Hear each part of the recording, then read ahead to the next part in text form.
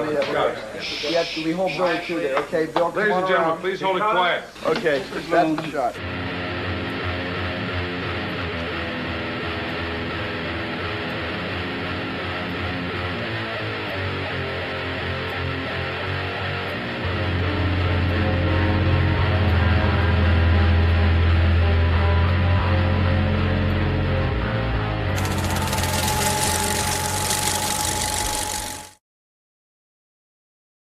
What up, world? Thank you for ripping a ticket to another installment of Hellhound Film Club. I'm your host, Cody Pope, and this is my co-host, Danny Dimes. And as we truly are every time we do this, we're thrilled to introduce tonight's panel and special feature. Joining our panel for the evening is a longtime friend of the show from the very first episodes of Hellhound Film Club back in 2021, my longtime friend, physical media collector, and independent filmmaker with his brand new shorts, August After Hours, a city film, along with Snow on Horseshoe Pond, both available to watch now on the Lunda Street Films YouTube channel. Please welcome to the panel, Robert of Lunda Street Films. And as always, thank you so much, guys, for joining us tonight. We are grateful. We got three other people here still. Oh, wow. Guess what? It's my turn to fuck everything up today. Everybody gets one. Hey, Tyler's not here. I had to do it for us. I know, that's true. Shout out to Tyler. We miss you, man. We hope you're killing it out in Cali. Can't wait to have you back. Next to the panel tonight is a brand new friend to the Film Club podcast. We have yet to know anything about him, but he joined us for our special feature tonight. He's a friend of our other new friend to the show as well. Everybody, please give it up one time for Antonio. Insert applause here. There we go. Single tap, not double tap. Next on the panel, if you were here for our episode on a Goofy movie, you may have seen his first time hanging out with the Hellhound Film Club. We're stoked that he made it back. Everybody give it up one time for Nathan. And last but not least, next to the panel, from episode 1 of the revival of Hellhound Film Club, as well as multiple other episodes now, a local freestyle artist and personal stylist. Please welcome friend of the show, Elliot Universes. And also let me throw out winner of our very first movie giveaway. That's true. Good point. Which was definitely the Goofy movie poster. Yeah, that was pretty sick. You'll have to send us a picture when you have that hung up someday. Absolutely. And now it is my turn to actually go. So thank you guys so much for joining us tonight. We are grateful that you are here for another installment of the Hellhound Film Club. But before we get too deep, as always, first things first, tonight we are live from the spot in downtown Nashua, New Hampshire, one of New Hampshire's first dry bar and Gate City's most interesting entertainment lounges, featuring a delicious selection of premium ingredient mocktails, coffee, kava, and more. In addition to the late night menu, now available courtesy of the one and only Nashua, New Hampshire's staple, Joanne Kitchens. Check us out here for the Hellhound Film Club live free movie night and podcast recording on Tuesday nights at 217 Main Street in Nashua, New Hampshire, when the doors open at 7 p.m. right here. So get on down here and enjoy a great Wednesday night. And exciting reminder, if you haven't seen it in some of our previous episodes, we're going to be pulling 2 random winners before the end of each episode. One commenter from last week's main video is going to receive a prize. We'll give them 24 hours to claim it via email. And one random attendee of our live recording tonight is going to win a prize as well. Comment on the videos, show up in person, double your chances if you're in the area. But every time you engage with us, we're going to try and give you something cool for coming to support the show. And big shout out to last week's winner. They won the 420 Movie Marathon gift bag with a magnetic rolling tray, Vibe rolling papers, clipper lighter, tote bag, and some secret gifts to help with the celebration. The winner of our YouTube commentator prize was once again longtime friend and head chef, founder of Grand Estate Ramen, Ryan, aka the Longboard Ninja, who now has a second prize waiting for him. But if you're watching this live with us in person, you can catch him live with us on the 420 episode of CODY Central on Monday, which happens to be 420. Preach. Give it up for last week's prize winners one time. Now, for our conversation tonight, we're examining a movie that has fortunately gained more favor and recognition through the years, despite spending a lot of time being compared to its similarly science fiction heavy blockbuster juggernaut, The Matrix, released around the same time. Tonight, we discuss a lesser known but highly praised absolute mind melter from previous Hellhound Film Club featured director David Cronenberg, the technologically intriguing, psychologically challenging, and grotesquely outstanding eXistenZ, released theatrically in the United States on April 23rd, 1999. eXistenZ is a science fiction body horror gem written, produced, and directed by David Cronenberg, which was his first original script since the classic Videodrome. If you haven't seen it, see it. Preach. In this place and time where technology has become more organic, the film introduces Allegra Geller, played by Jennifer Jason Leigh, who is a world-renowned video game designer that becomes a target of assassins while playing a virtual reality video game that she has created. After a first assassination attempt, Geller continues forward alongside de facto partner Ted Pickle, played by Jude Law, who is a security guard and publicist that escorts Geller to safety after the first shooting. This whole assassination subplot is actually inspired by real-life events of author Salman Rushdie, who was in hiding for years after a fatwa was placed on him due to his book, The Satanic Verses. David Cronenberg actually did an interview with Rushdie in 1995, and when discussing this with him, he was inspired to relay that idea through the lens of this video game-based world that he created. So in this film, the characters discover that there's a bounty on Geller's head because of the ongoing conflict between the people developing this organic technology and the virtual reality games and a group of fanatics known as realists who protest and fight the game companies for their abhorrent distorting and deforming of reality. Video games now are played through biotechnological game pods connected through ports surgically installed in your spine.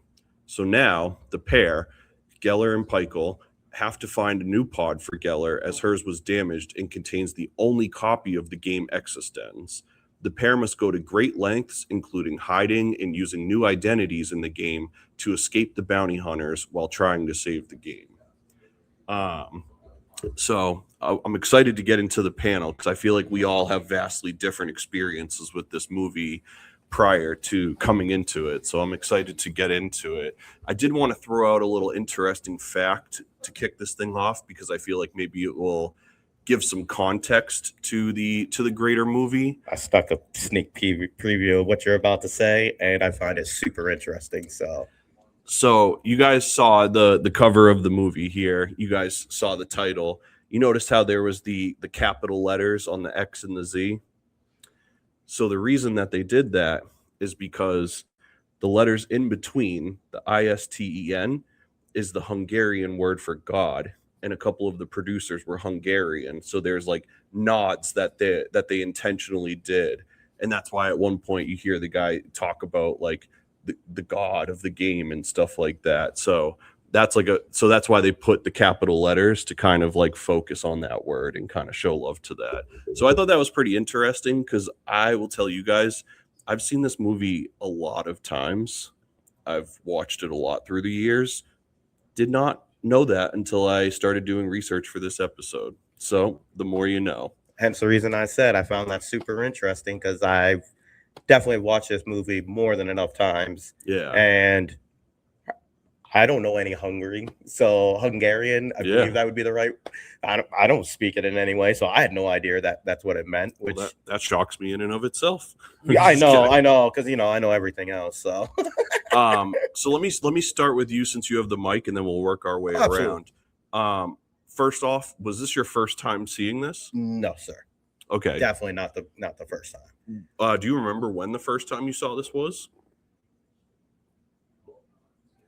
early 2000s. Definitely didn't see it when it came right away, but But it sounds like not too long after. not too long during that period of time. I was like, at the time this movie came out, I was working at Blockbuster. Okay, So that makes sense. it absolutely hit the shelves, and with free movie rentals, it was only a matter of time before I got to it. Yeah. Was it something that I went and grabbed right off the shelf? No, I'll be honest with that. But So safe to assume you haven't watched it a ton of times I'd say throughout that. I'd say maybe a handful of time, maybe Okay. 5 or 6 times I've watched this movie for sure. But I haven't sat down and watched this movie in probably a good 10 years. Okay, so that's perfect. That leads into the question that I had, which is, how did it make you feel this time around, kind of going into it, knowing that we're going to do a bit of like film analysis on it or whatever? Like, how do you feel now, having just screened it? Rewatching the movie and also being a big gamer like I am, I was able to watch this particular copy of it from a gaming perspective. So as a gamer, I noticed some things that I wouldn't have noticed just watching the movie as like a regular, like as an average moviegoer. Yeah. So like some weird things, like in like a lot of video games, it's never really that like the store's labeled. It'll just say like gas station. So like in the game, it said like country gas station. There was a point where they were going to the motel, and it was just like a big sign that said motel. Well, I guess I'll just cross that part of the notes off. See, that's why you don't get me talking. This guy stinks. So, all right. Well, that's fair. I'm glad you enjoyed it. Yeah. Robert. See, this is why you don't get me talking.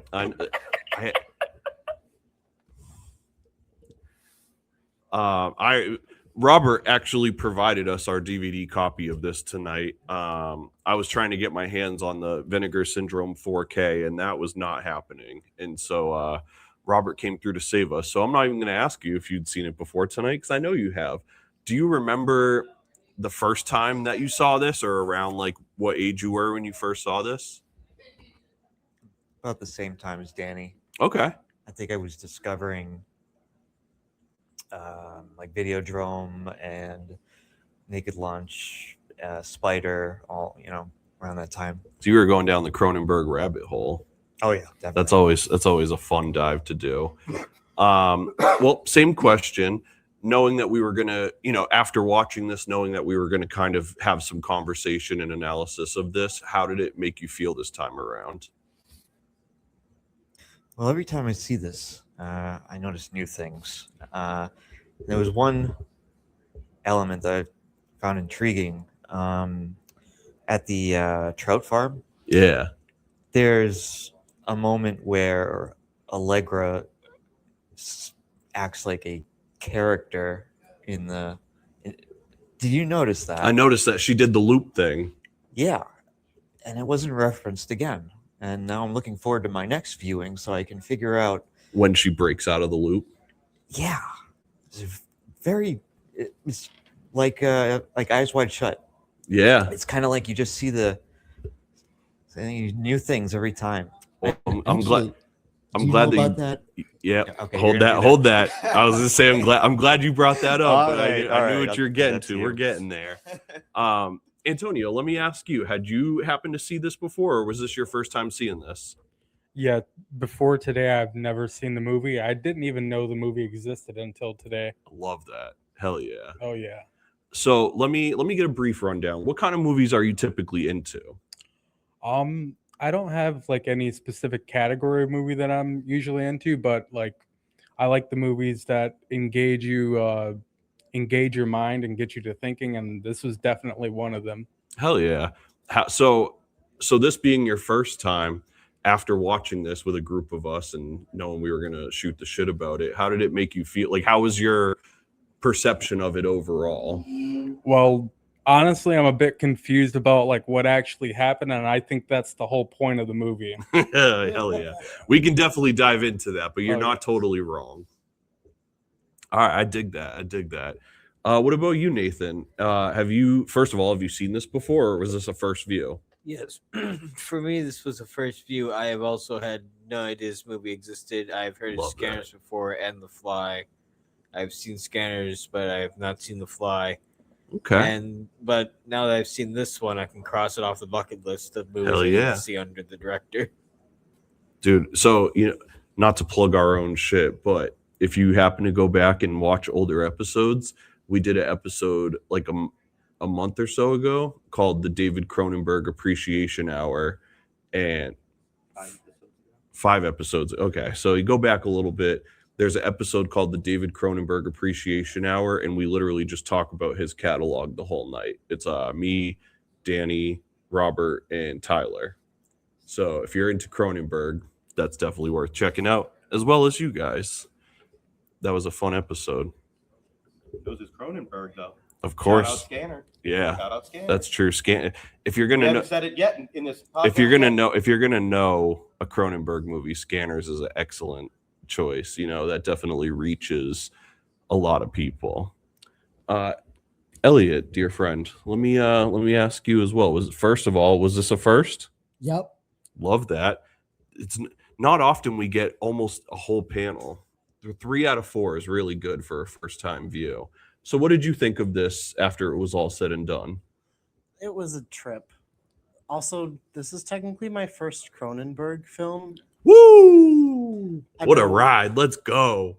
I've been aware of his existence because there's so many references in pop culture. My brain always pulls up the one in Rick and Morty, to be honest.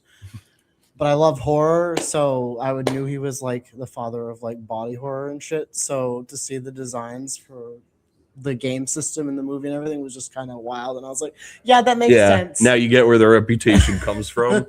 Man, wait till you see Videodrome. That'll fuck with your head a lot in the best way. It'll probably It's make me squirm in discomfort. right. So yeah, so for me, I obviously, like I said, I'd seen this a bunch throughout time, but I've been a Cronenberg fan, so it was always a thing of like, they're like fun movie. Like my fiance loves horror movies, and I am particular about the horror movies that I'm into. And so things like body horror and stuff like that, like I'm all about, because there's so much like filmmaking prowess to it, even if it seems like schlocky from the outside looking in. And Cronenberg movies just fucking gassed me up. But watching it, knowing that we were going to analyze it this time, it really is like pretty fascinating to see how much they did with not a lot. There's not really a ton of sets that they go through. There's not a ton, like there is a lot of really cool props and shit, but like overall, it's not super. A lot of it is very practical. I think Cronenberg is like specializes in like what you're saying, like the strip down. Yeah. Like a lot of his sets are very like stripped down looking, where his son is like very over the top. So like for Cronenberg, like for David, like it's very stripped down, and you pay more attention to like what's going on between like the characters and like the little props, instead of like, oh wow, look at this background, or like, oh wow, like look at this like creative tower that they created that like really has nothing to do per se with the movie. But I feel the same way, that it's very stripped down. That's the best way I can put it. I'm sorry, I'm holding back a chuckle right now. When you said David, in my head, I was like, did he just say Davey? Is this going to be like the new Marty, where we talk about Cronenberg so much that now it's just going to be like, I just thought it was weird that Davey made this choice. I'm just be like, yo, my boy Dave. Like, yo, that's my boy DC. You know what I'm saying? Couple interesting facts along this same line here. Actually, no, let me ask you guys first before I toss out some facts, but this will kind of align with the point that you were going to make. Just like real quick, couple sentences. What was your favorite acting performance in this? Or like, what was your favorite character throughout this movie? William Dafoe. Okay. Willem Dafoe is gas. I like that. That's gas. Like, I just feel like his character, just like when the scenes that he was in, his character took over the scene. Like, to me, like, I'm on the edge of my seat, like, wondering what he's going to do next, and I've already seen the movie. I love that. That's a great choice. But that's mine. Robert, what about you? I'm interested to know what your favorite acting performance from this was. The Chinese waiter. Ooh, okay. Damn, that was the mic drop too. All right, I like that. What about you, Antonio? Who was your favorite character in I'd this? say mine would be the bodyguard. I think it perfectly shows like the desecration of like the mind.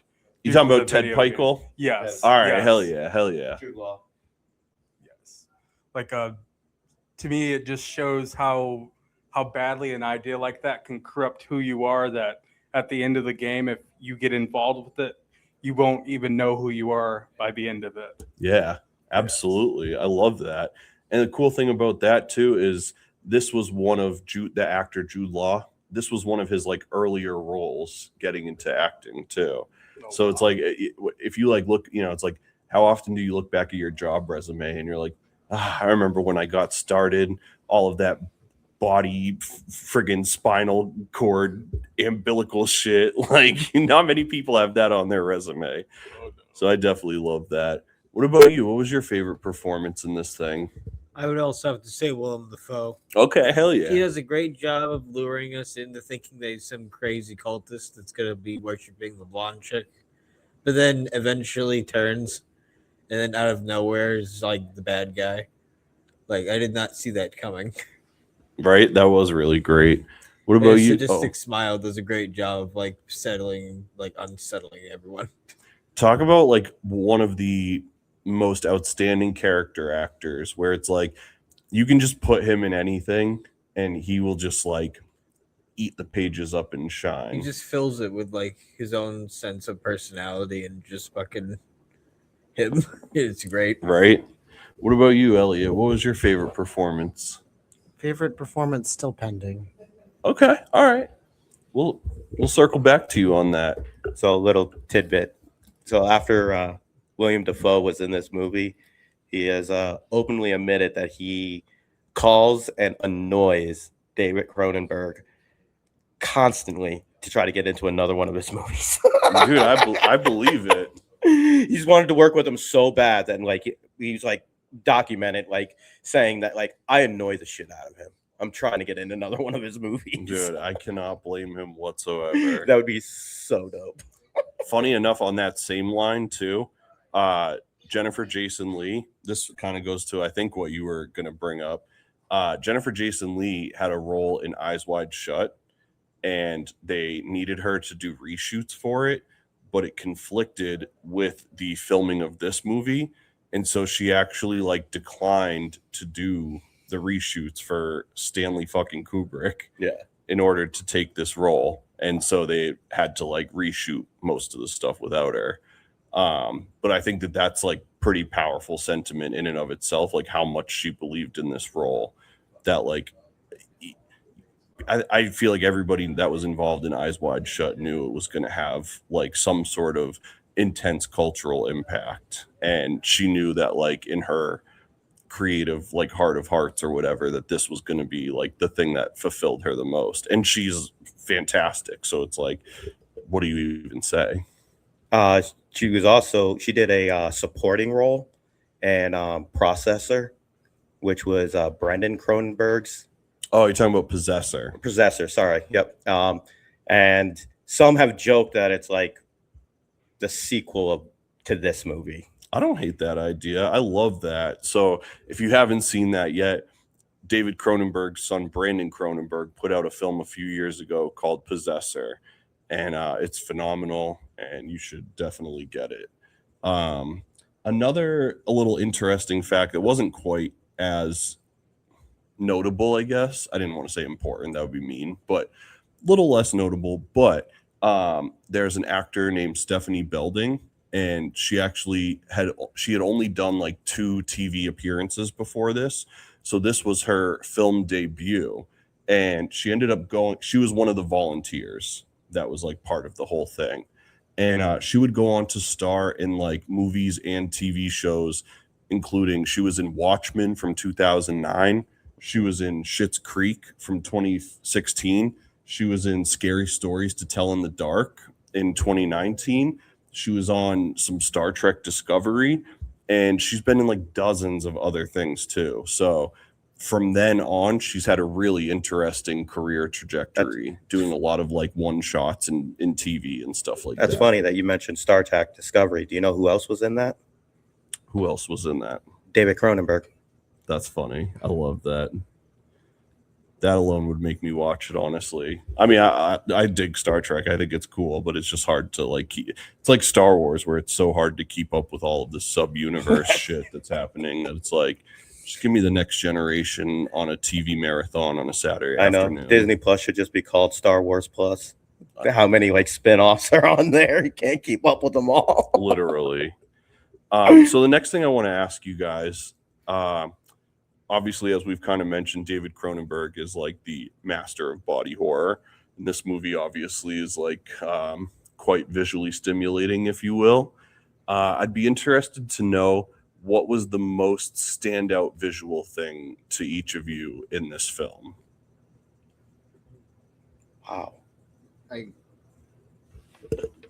got a hand up. Yeah, we'll take it. We'll I take would say it. the game systems, like the whole thing looks like a The liver. like the controller with the Yeah, it looks like a liver fetus. with like 3 disgusting white boils on it that makes like a noise of a bird being crushed by an anvil.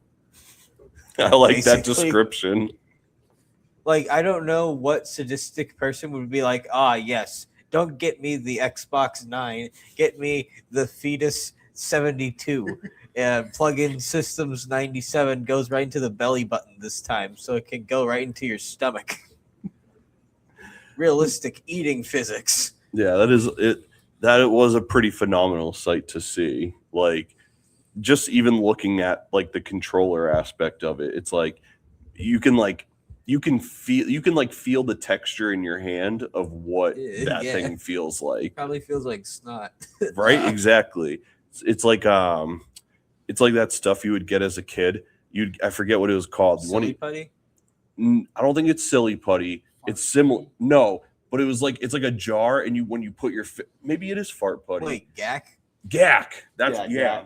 Mhm. Oh, yeah, Gack, the dude. fake You slime stuff. used to get gack in like a little tube, dude, and if you like put your hands in it, it would be like Definitely like would some feel awful like gross it, like yeah. yeah, it was wild. Yeah, I wouldn't even give that to my worst enemy. What you cooking? Elliot's cooking, Elliot's cooking. Elliot's cooking. What was your I'm favorite cooking. visual? Honestly, the viscera with the gaming systems and like the bones when they had different scenes, like when they did the surgery, when they got to the guy that plays the freaking character in the the Lord of the Rings, and he was cutting it open. I'm just like, oh. And even in the trout farm, but just literally like the gore, the Cronenberg Yeah. shit that's going on. That's what stood out.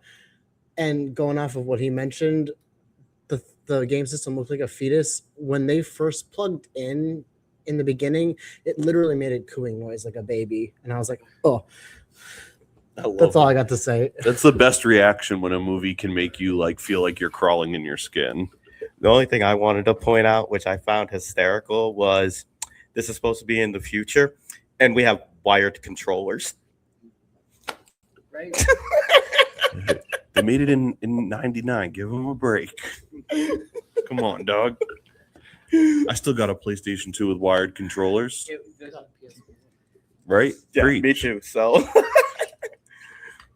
for me, visually, the scene that like did it for me was actually the repair scene when they cut open the game pod, because it was kind of interesting to me because first they opened it up and you would almost think that it's like electronically inside, but it's very much like human like, but then there's like small little per se like electronic aspects to it. So they're like, oh, you fried out the neurologic transmitter, and like they're pulling it out, but they're like removing it as if they're like removing like somebody's heart out of there. And it's just like super wild because it's like Could you like imagine that like actual texture of like that game system like while you're carrying it around? Like it would be like squishy. Like no. Danny, I wanted to bounce off of you because I mentioned like the viscera and the surgical scene. What I was trying to get to, we basically were impacted by the same thing. Right. You just put it in better words than I did. I don't know. You use bigger words than me. They're not cohesive. Well, so you guys got to start meeting up ahead of time and planning out your answers. What are we gonna say? Yeah. Well, I mean, Well, that's why we write scripts. And then I steal it all. Apparently. What do you mean we write scripts? No. Everything that I say at the top of the show is just off the top. Oh, we I'm just freestyle on this show. We Yeah. freestyle off the dome, bro. That's what I'm This is what we saying. do. Freestyle fellowship. That's what Tuesday's for, Antonio, what you got cooking? What was your favorite visual in this? What was the thing that kind of hit you the most or made you feel something? I would say it would be the dinner special Yo, and putting together the bone Glock yeah. from the teeth, and then he's like, "Wait a minute, I've seen this before," and then it all comes together. Wait a minute, we've seen this before. What's real? What's not? I would say that would be the most visually stunning and grotesque that I saw out of all of it. After that, I'm like, I'm definitely not eating meat again. Let's go. I love that. What about you, Robert? I'm curious. Me too. I want to hear this answer. Well, shout out to the sound effects editing. What Elliot said about the creature sounds and just the squishiness of the visceral would be the word. Also, I caught Crimes of the Future the other day, and I'm just going through his filmography, and especially this viewing, the sexual subtext throughout his filmography is interesting. I know. That's why we couldn't watch Crash. Yeah, 100%. The Crash. I guess I can't really go into it on this podcast, but you know what? I'm going to interject here. All right. I've seen this movie a dozen times easily. The first time that they start hooking up in the game, I started sweating, being like, is there a sex scene that I forgot? Am I going to need to like go close the projector or something? Like we can't have like, I knew that it wasn't there, and it still hit me like, oh my God, did I like forget that this was about to happen? Like it just felt like, oh, they're really going to just like go through with this. Like, what did I do? My podcast is over. And caught me off guard. What's up, Pimpin'? They technically did go through with it, just in their universe, the sex was through the ports. That's fine. Ports are PG-13. That's fair. We don't lose monetization over porting. That's like what's the never mind. I'm not even gonna get that. No, you can't do that. I have a theory about why they're not wireless controllers. It's because then they couldn't accidentally have a 50-50 chance of getting a seizure, and that's really funny to the R&D department, and they really don't want to fix that. Because this world has a bunch of bastards running it, I feel.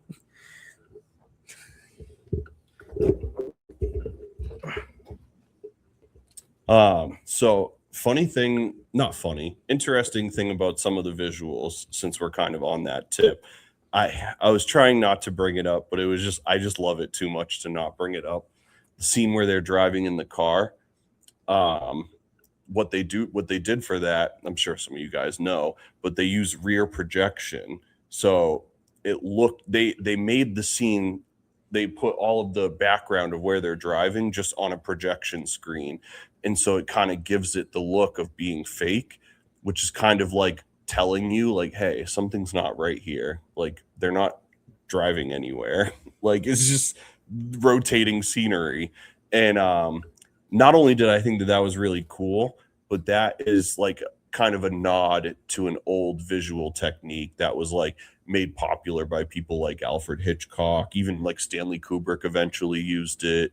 And so I just thought that that was really cool visually, that they like found a way to do that and still make it look really cool too. Because I'm like, I come from the music world, obviously, like, and so sometimes I'll think of things in terms of like that would have been a sick music video. Like if my boy Jude Law was just spitting bars in the front seat and they had the rear projection going behind him, yeah, that would have been nasty. And I guess I don't really need to say this because Danny already brought it up, but it was really interesting that when they're in the game, everything is just a generic version of what it would. There's no like specificity. Like the motel is called motel. Like the gas station is country gas station. Like the gas attendant's name is gas. Like, and so it's kind of this like crazy thing that they use to kind of help like differentiate where you're at. And I took a keen liking to that. Video game emporium. Yeah. And funny little fact, because we mentioned Schitt's Creek earlier, that motel that's called motel in real life is called the Rosebud Motel and is the same one that they ended up using on Schitt's Creek too. So I thought that was kind of funny that they like kept that thing alive and well through the years. So I am interested to know. So obviously you guys watch the show enough, hopefully, all of you loyal viewers and subscribers, to know that the show is far from being spoiler free. So with that said, I would like to start with you three because this was your first time watching it. So whoever has the courage to go first, what was your reaction to the ending of the movie? I thought that it was really weird. And at first, I thought the movie was kind of self-destructing itself. But then after thinking about what I was experiencing thus far, I thought it was pretty appropriate. Like, I wasn't expecting anything normal. Love that. I just want to say I got thrown for a loop towards the end when they were talking about it's like there was some weird influence, and my brain was like, it was the dog. It was not the dog. Scrappy was behind it all along. What about you? How did that ending catch you off guard? Honestly, I expected the movie to end something like that, kind of like a, you're not gonna know what's really reality because of the blending of realities, and then switching in between realities within the augmented realities. It's gonna blur the lines because then you can never know when you're truly leaving. So I expected an ending like that. I just don't know what even happened. I don't understand. Is the game real at all, or is it just like a philosophical question? So the Transcendence game is the real game. Oh yes. And so within that game, the players were able to think that they were creating a game. But reality, it was because they were the anti-game people. So in the game, they were learning about what their enemies would do.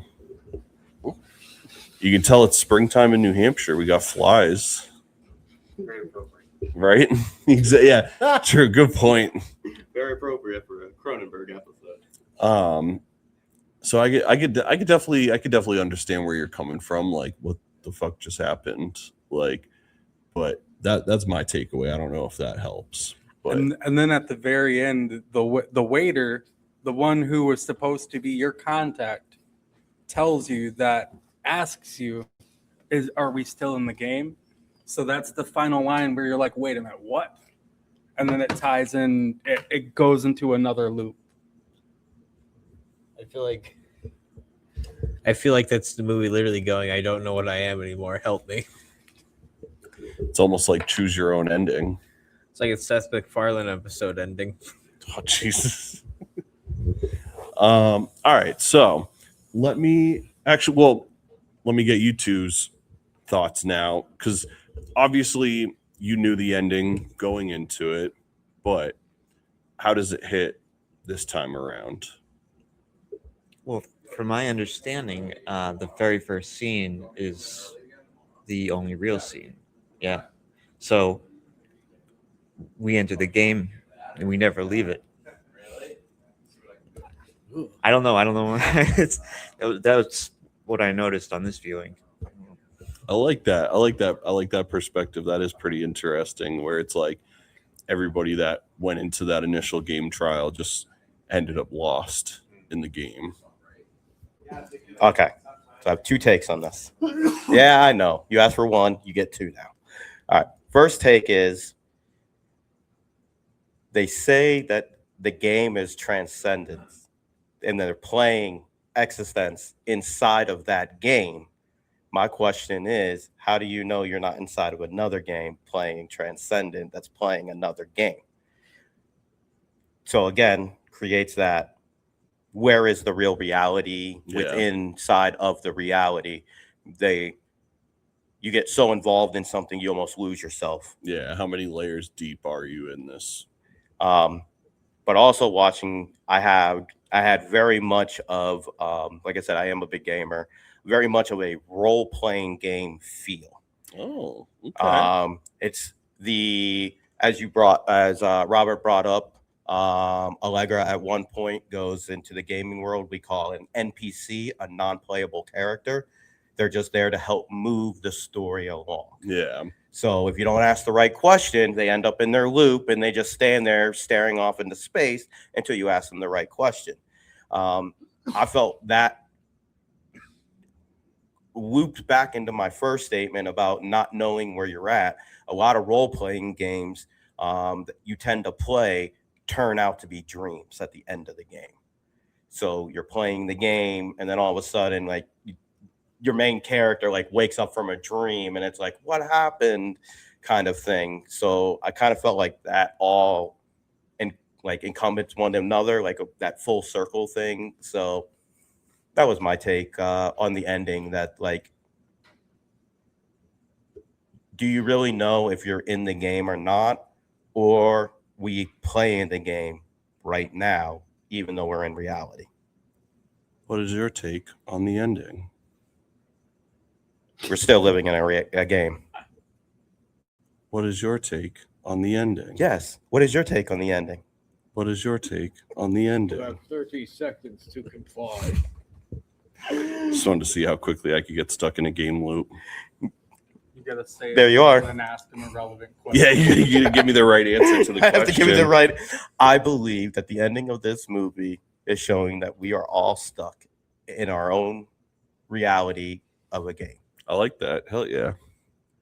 So I have to ask you, Antonio, because you're the newest person to the film club tonight, familiar with an app called Letterboxd? I am not. All right. So Letterboxd is an app that is all built around movie watching.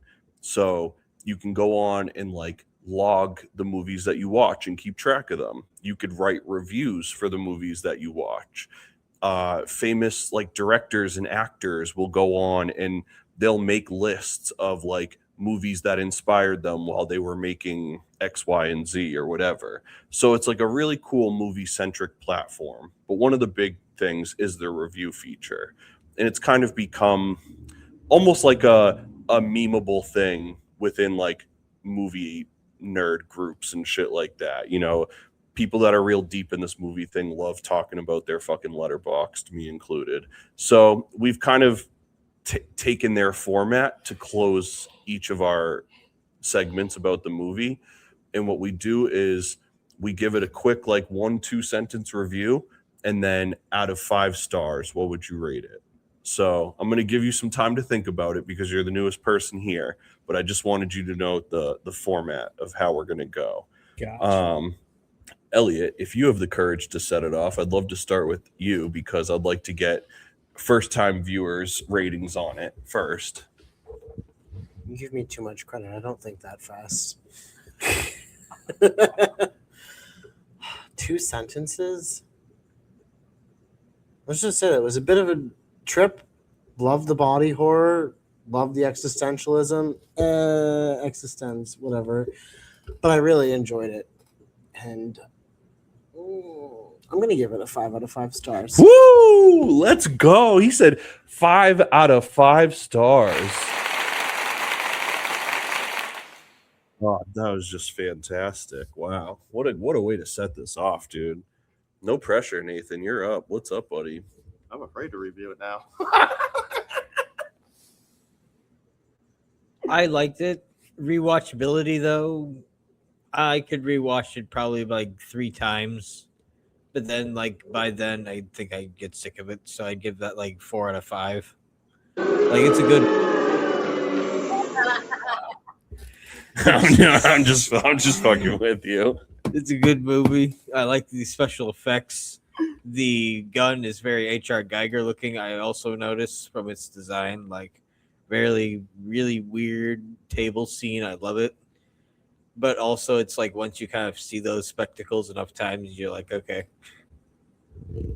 And you said 4 out of 5? Yeah. I'll take that. I like that. Hell yeah. There you go. That's my mercy. He said, "That's my mercy. I'll take it, man." You're up to bat. No. You're up to bat, Papa. Oh, me? Yeah. He's like, no, I'm skipping. Let's see if I can get past You're the new man on the totem pole. These guys seen it before. it's rabbit season. All right. Before today, I don't think I've ever seen a Cronenberg film, so it's kind of like exciting for me to be introduced in this way. I didn't know anything about it, but to cap it off in 2 sentences and a grading, I did not expect to see that today. It violated my mind. Yes. I would give that a 5 out of 5. Oh, let's go.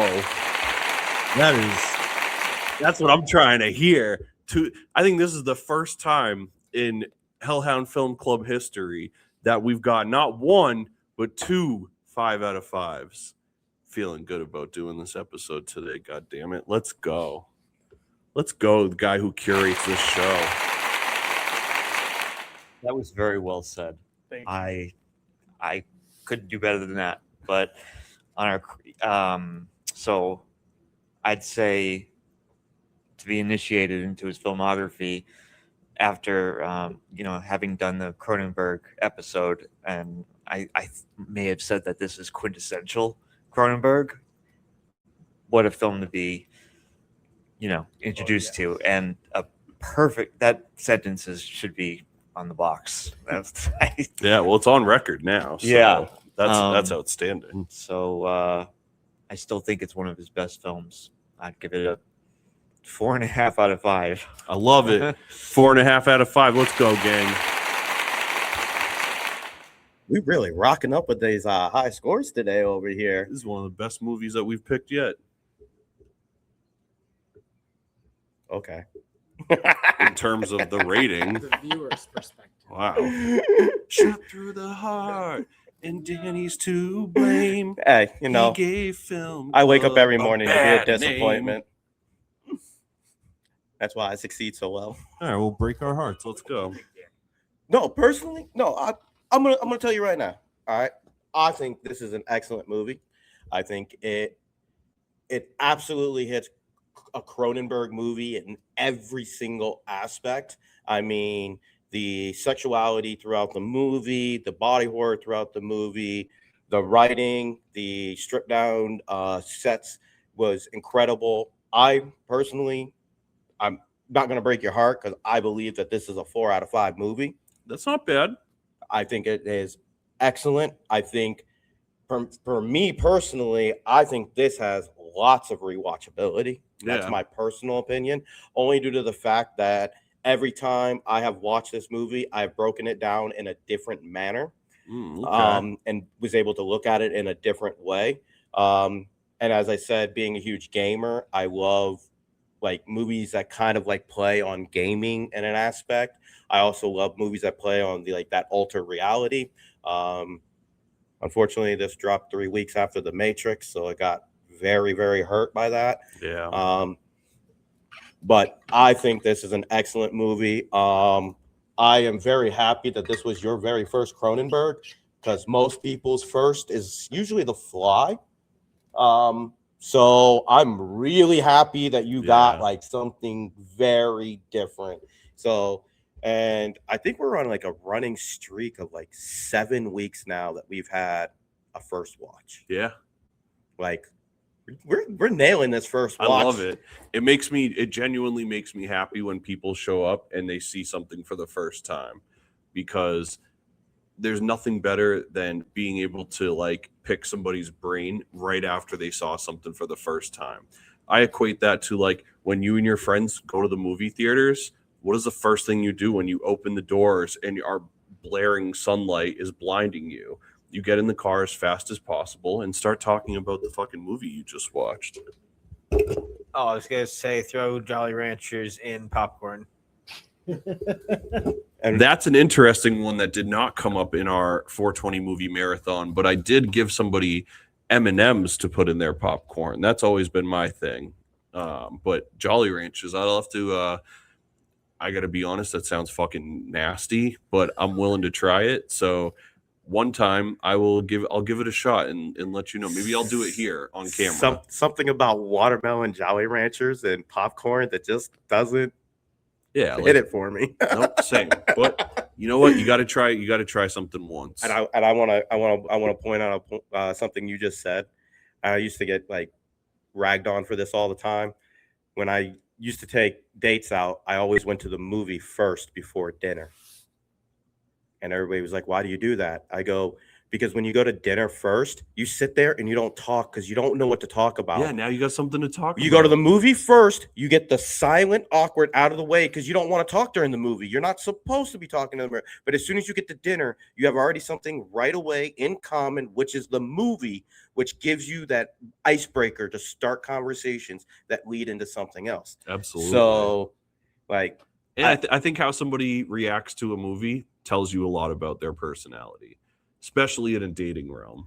Well, if I go to a comedy and you're at a movie and you're not laughing at all, I have a feeling this is not going to work out. Yeah. If we go to a horror movie and you're tucking your head into my shoulder, it's probably going to work out. If I bring you to see Clerks and you don't sing along to Berserker, this would never work out. Yeah, talk that talk, handsome. Talk that talk, handsome. This is just further proof that 1999 was one of the greatest years in cinema history. Absolutely, dude. No joke about that. Give it up for 1999. Some of our reviewers probably weren't around for then. I'm getting my money's worth out of these sound effects tonight. Let's go.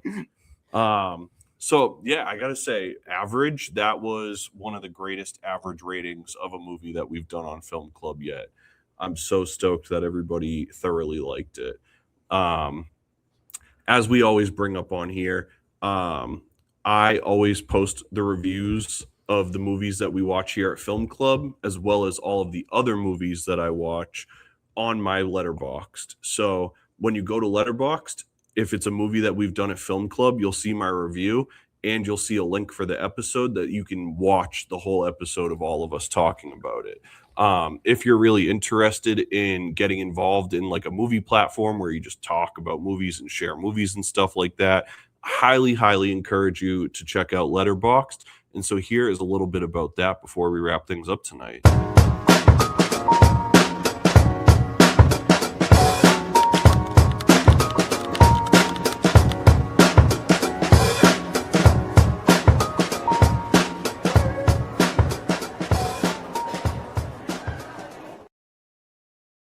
Running right through.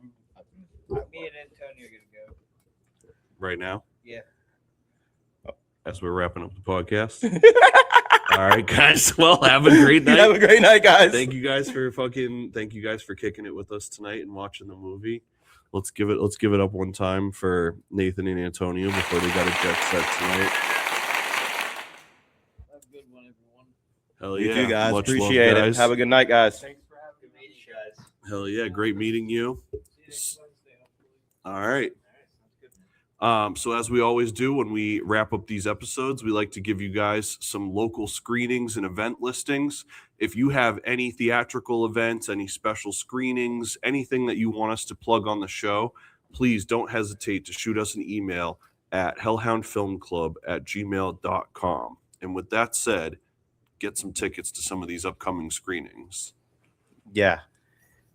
I asked for this first one. I wanted it. So Friday, April 17th, Fern Gully, The Last Rainforest on 35 millimeter, an Honor of Earth Day featuring a 35 millimeter print from the Rhode Island School of Design Library 35mm print collection for screening at Brattle Theater in Cambridge, Massachusetts as a matinee. Krista is a fairy who lives in Fern Gully, a rainforest in Australia, and has never seen a human before. In fact, she is told they are extinct. But when a logging company comes near the rainforest, she sees that they do exist and even accidentally shrinks one of them, a boy named Zach. Now her size, Zach sees the danger that the company does and helps Krista not only stop them, but an evil entity named Hexus who feeds off the pollution. Monday, April 20th, The Woman Chaser 2K restoration presented by Justin Laliberty of Cinematograph at night. You got me doing the thing you did last week. Motherfucker. Presented by Justin Laliberty of Cinematograph at the Nighthawk Cinema in Brooklyn, New York. This 1999 slept-on comedy gem starring Patrick Warburton, some of you may recognize from Family Guy or the live-action version of The Tick, is about a 1950s used car salesman who wants to make a low-budget film about a trucker who accidentally runs down a child. I'm rubbing off on them, guys. September, Sunday, April 26th, The Silence of the Lambs 35th anniversary, presented by Fathom Entertainment at theaters nationwide. With a psychopath named Buffalo Bill murdering women and believing it takes one to know one, the FBI sends Agent Clarice Starling, Jodie Foster, to interview a demented prisoner, Dr. Hannibal Lecter, played by Anthony Hopkins. A cannibalistic psychiatrist that fascination with the young Asian is as great as his hunger for murder. As the relationship develops, Starling is forced to confront not only her own demons, but also an evil but so powerful she may not have the courage to stop. If you live in the area of southern New Hampshire or in Massachusetts, they are screening that day in AMC in Tigsboro and Methuen, Apple Cinemas and Merrimack and Hooksett, Showcase Cinema and Lowell and Woburn, Cinemark in Salem, New Hampshire, and plenty other theaters as well. Go to fathomentertainment.com to find a screening near you. Friday, May 15th, A New Leaf 55th anniversary 4K restoration presented by Cinematograph Films at the IFC Center, 323 6th Avenue in New York City, New York.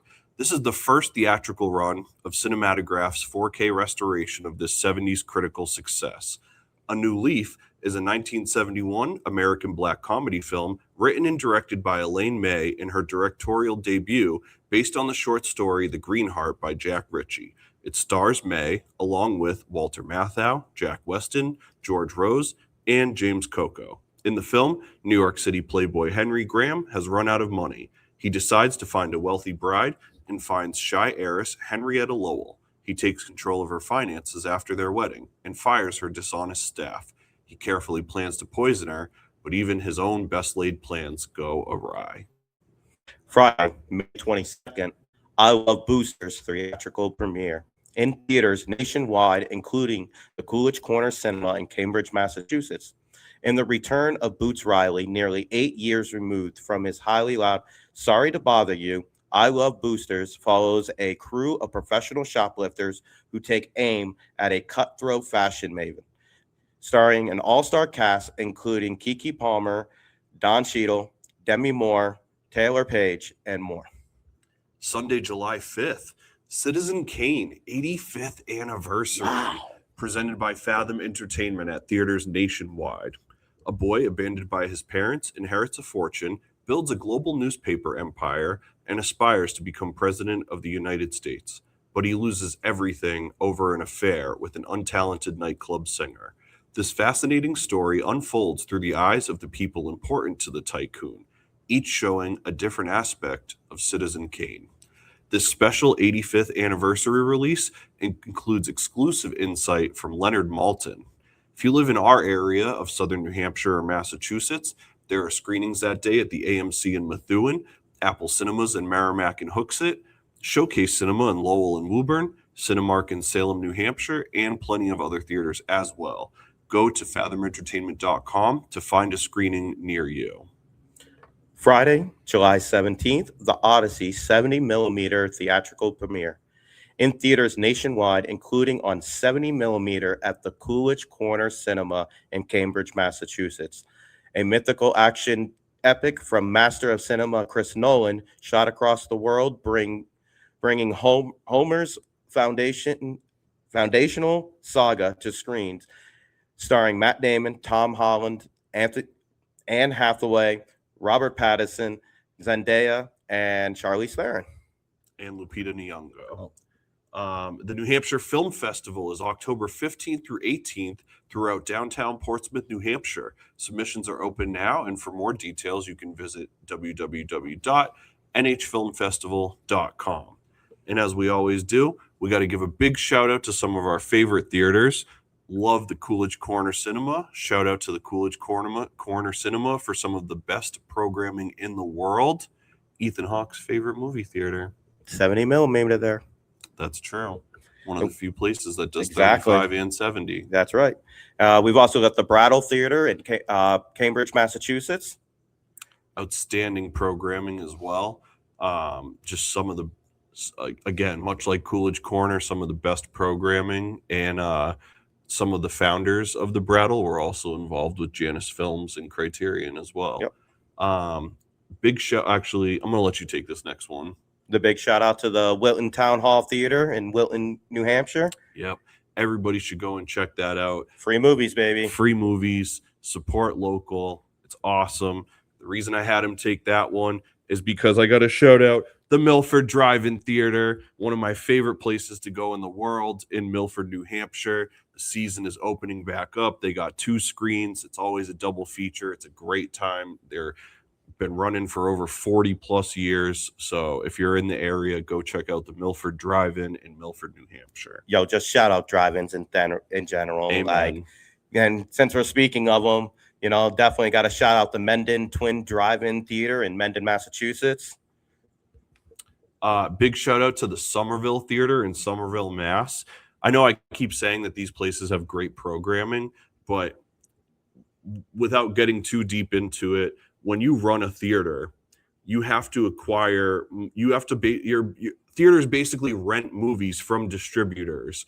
And so you don't always have the luxury of just picking and choosing what movies you want to screen. Sometimes there's certain things that are available to you, and you have to like put in for them months and months, sometimes years ahead of time, because they may only have so many prints of a movie, or well, a lot of stuff is digitally distributed too. But these like repertory theaters and these places with special programming, you have to understand that they are spending all year programming months and months out to give you guys the most interesting stuff that you can watch. So sometimes the studios won't let them have it, so they have to like yeah, do their programming of what they can get around that. So, and even like talk about Brattle, Coolidge Corner, and Somerville Theater. All of those are within a very short proximity of each other, but they all have different programming all the time, and they all do special events, and so you won't see the same event in different places.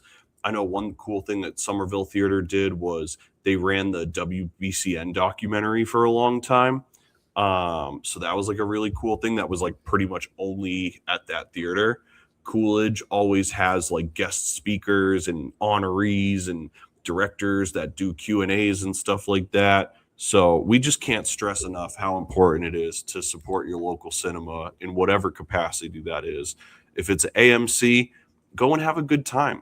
Maybe join A-List and save some money, or Stubs or whatever it's called. Well, that's like you said, like when the Coolidge says that they're having a 70mm premiere, it's only going to be there for so long, yeah, and you're not going to get it anywhere else. Like, and not every theater has the ability to project a 70mm or a 35mm film. Some theaters can only afford to do digital projection, and so when you find places like that that have those specialties, it's so important for us to go and support them so that they can continue to do that as technology advances and we move further and further away from things like recording movies on film is becoming a lost thing. And so it's important to make sure that we support the places that can support sharing that art with people throughout time.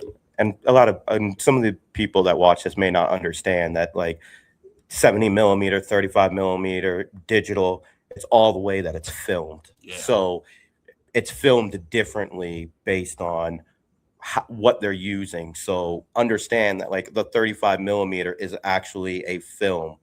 Like, it's not just being recorded into a digital camera. Like, it's actual film. So, like, even the way that it comes out is a little different than like a digital print. So that's why when we say that there's a 35 or a 70 millimeter, we're saying that because it's like a very special way that it was filmed of that movie, and you're only going to see it at that theater. Like, you're not going to be able to bring it to your house. You're never going to get that quality at your house. You're never going to. So there's a movie that you love, that you enjoy, that we're telling you about, and it's in a special print. Take the time to go see it. Like, absolutely.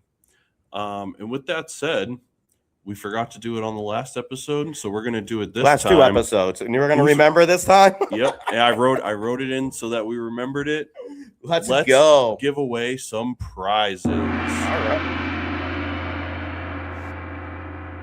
So we wanted to screen share this with you, but we could not do that this time. So you will just have to take my word for it. But we took the names of all the attendees that showed up tonight.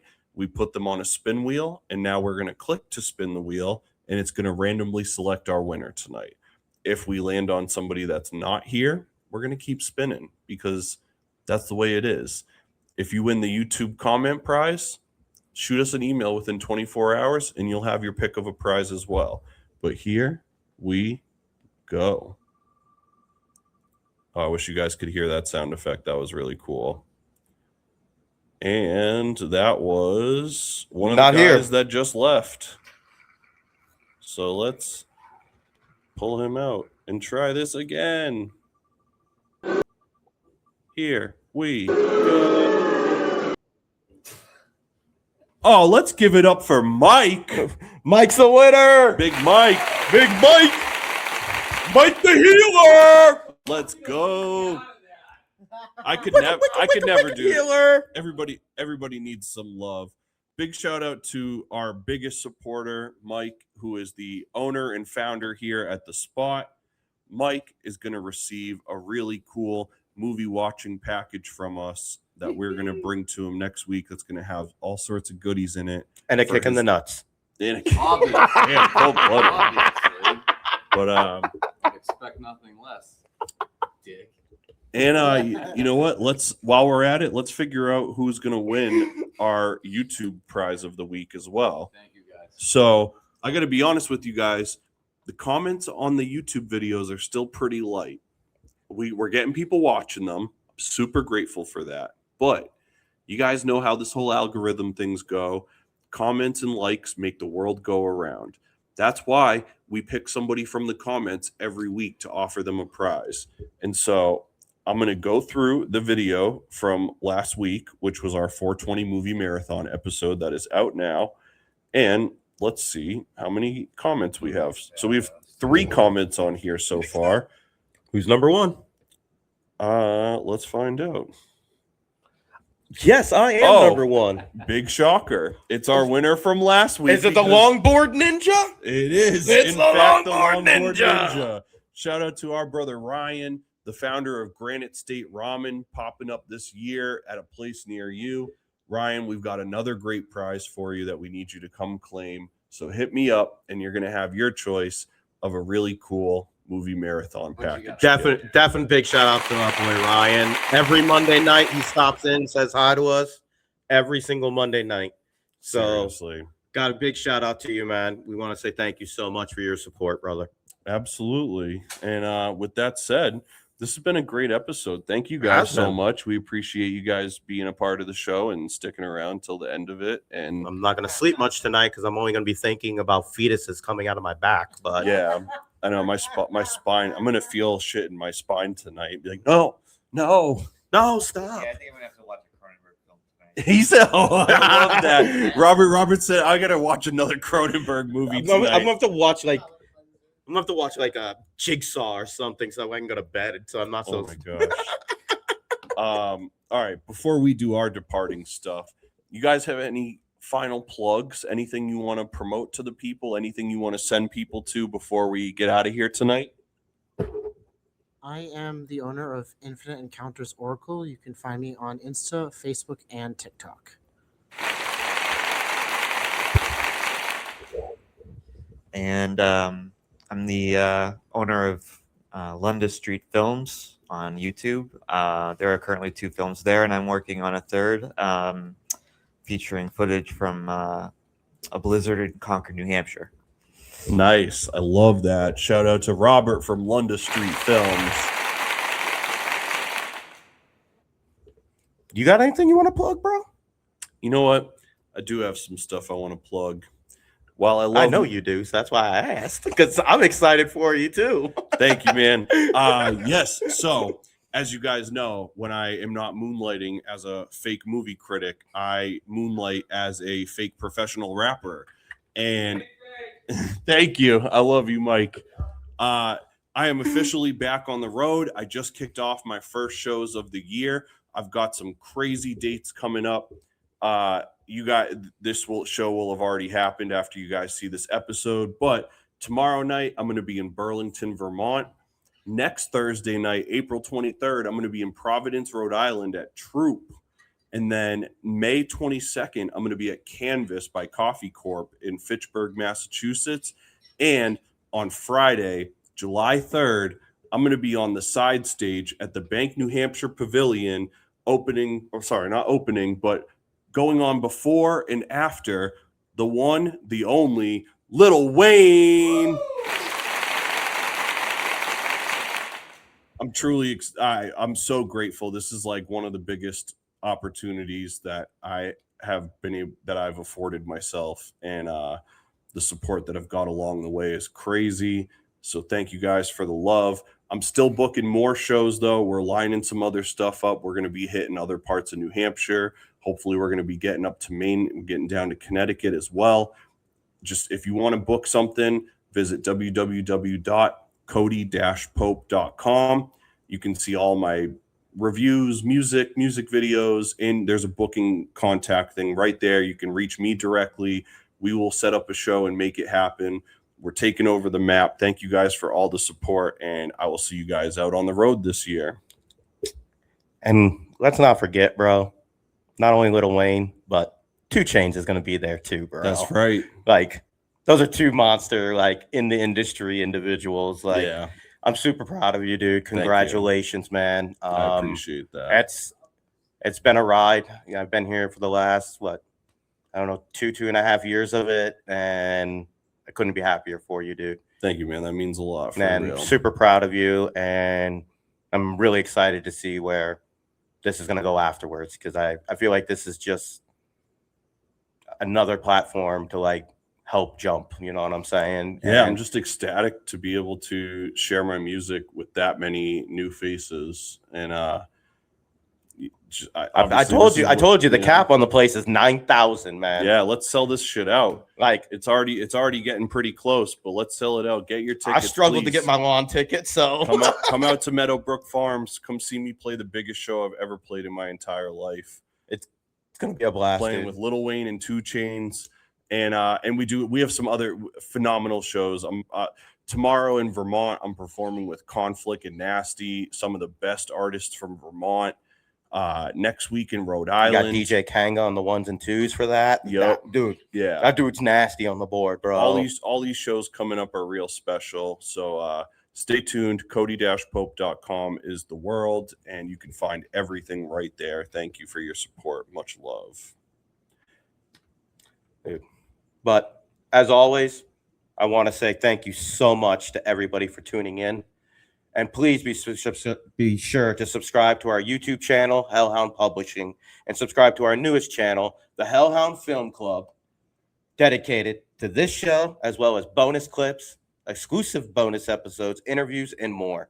Those subs and comments are really taking us places, and we need you to help us help you. Hopefully you noticed the banner going across the bottom of the screen, but please consider being a part of our Patreon community. For as little as just $1 a month, you'll get exclusive and early access to Hellhound Film Club, as well as all of the other podcasts, music, and book releases from Hellhound Publishing. Since 2018, we've been on Patreon. So when you join for that $1 a month, you'll get access to the entire back catalog of stuff that we've put out since then, as well as all of the new exclusive content that's going to be coming up. Sign up right now by heading over to patreon.com/Hellhound Publishing.